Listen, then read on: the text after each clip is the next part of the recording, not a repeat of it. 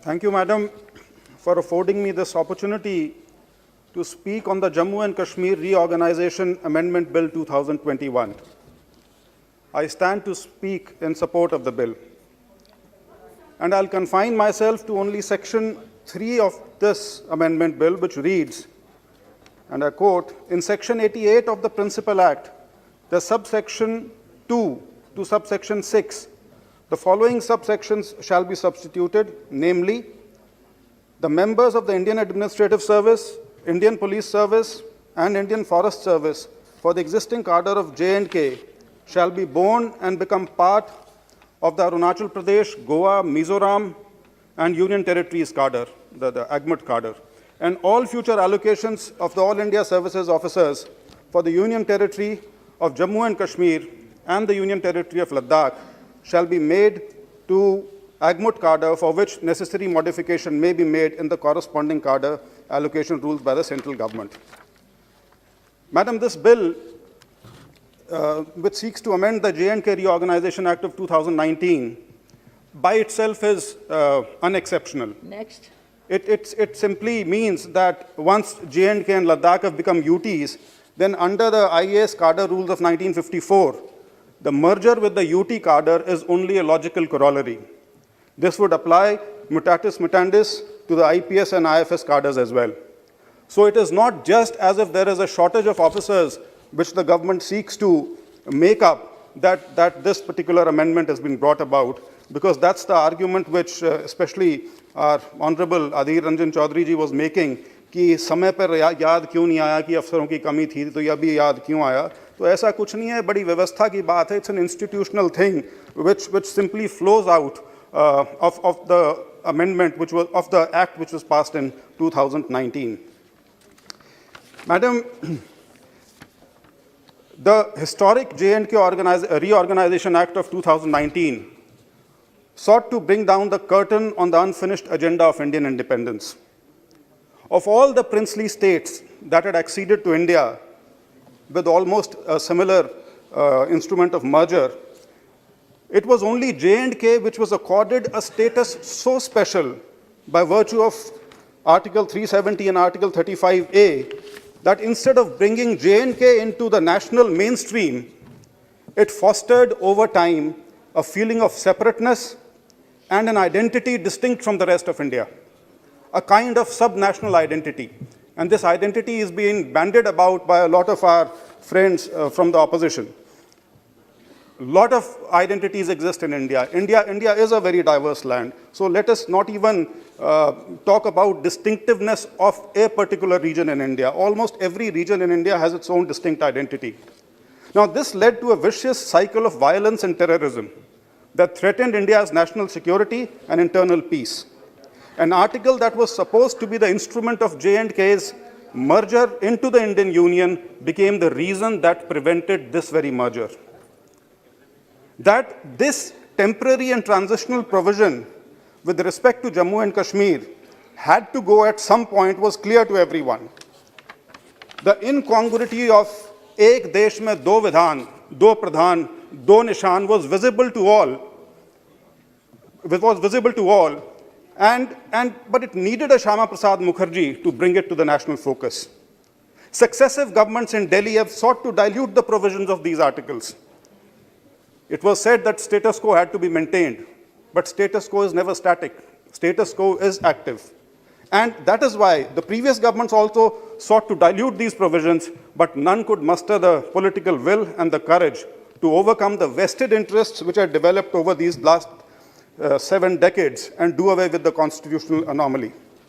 It fell to our Honorable Prime Minister Narendra Modi ji and our Home Minister Shri Amit Shah ji to pick up this challenge and bring in the J&K Reorganization Bill 2019 and put this agenda at rest for all times to come.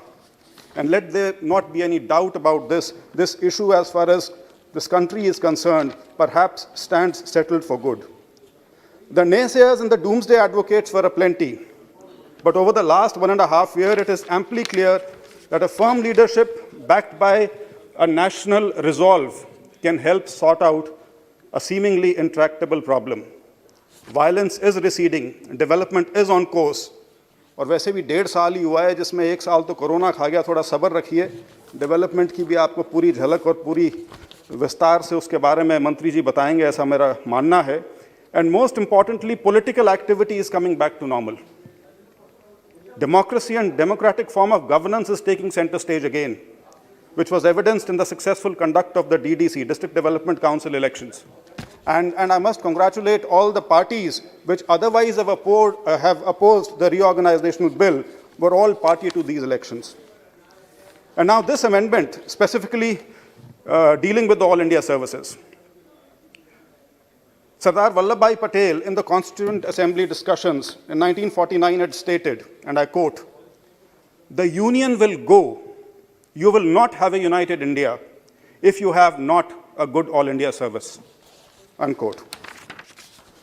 I agree that this was said when Indian state was in its infancy, and there were various vociferous tendencies which were at work. But then the UTs of J&K and Ladakh are newly created administrative entities. I agree that hitherto there was an All India service. There were All India services which were working in the state of Jammu and Kashmir, but now a fresh beginning has to be made. As was said by many other speakers also, there are so many laws, almost 170 of them, which need implementation in that state. In any case, it must be recognized that there is a severe deficit of All India services officers in Jammu and Kashmir. I'll give just one example. Dr. Satyapal Singh also referred to this.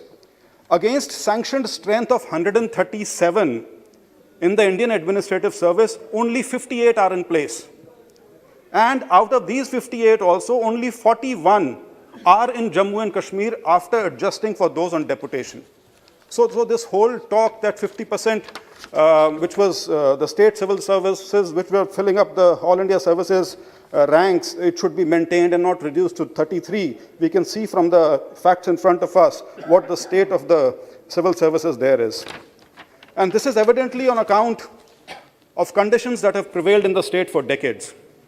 In spite of its natural charms, the state of Jammu and Kashmir was not a preferred option for young officers. And I bear testimony to this because I come from one of these administrative services.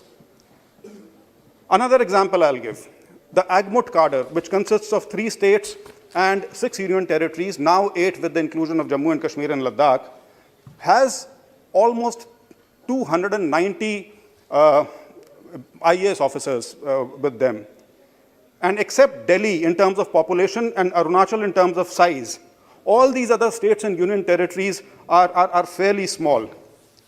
Chandigarh, a city which I had the honor of serving as Deputy Commissioner, is just about 12 lakh population and has a spread of about 15 kilometers by 14 kilometers. But it has 12 IAS officers and almost half a dozen IPS officers manning the services there. After the passing of this bill, the UTs of J&K and Ladakh will have access to this pool of All India Services officers that are allocated to Agmat cadre. Furthermore, officers promoted to the All India Services from J&K state services will be exposed to other parts of the country. An argument was given that why should outsiders be welcome in a state? Well, this is a very old argument and it's been settled for good. At the time of independence also, All India Services are meant to cater to the requirements of the nation building and the progress and development of the nation, and that is why this service has the kind of traction which it still does. मैं उदाहरण देना चाहूँगा, जब मैं चंडीगढ़ में था, चंडीगढ़ में DSPs जो हैं, DSPs SP नहीं बनना चाहते, क्योंकि SP बनने के लिए उन्हें IPS के लिए प्रमोट होना पड़ेगा. And IPS promote होने का मतलब they'll be part of the Agmut cadre, and so they will be transferable to all the other union territories and the states which are covered under Agmut cadre.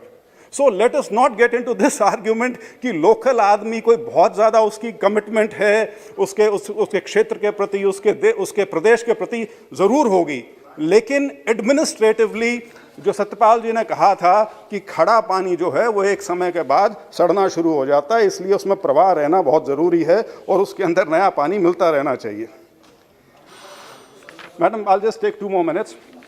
Also, the availability of increased number of officers with diverse and vast administrative experiences and expertise and proven caliber can definitely help improve the administration and administration of these newly formed UTs in these challenging times and speed up their economic development.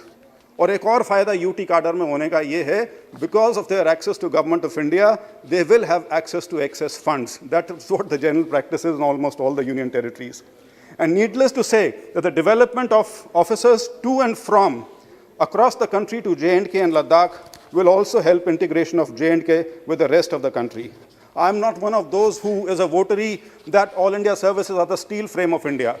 Our steel frame is our constitution, it's our democracy and the cultural ethos, which is our steel frame. But Indian civil services do play their part, and there is no denying that post-independence, the All India services have brought about a sense of stability, administrative uniformity, and a sense of belonging to a single unifying entity called India. Surely, this is only but one element of the larger picture, but an important one nonetheless. It will take time, patience, huge amounts of administrative skill, and political wisdom to achieve J&K's integration with the Indian Union, politically, administratively, and emotionally. But it's a worthy endeavor that we must all strive for. Sir, with these words, I seek the support of this august House to pass this bill. Thank you.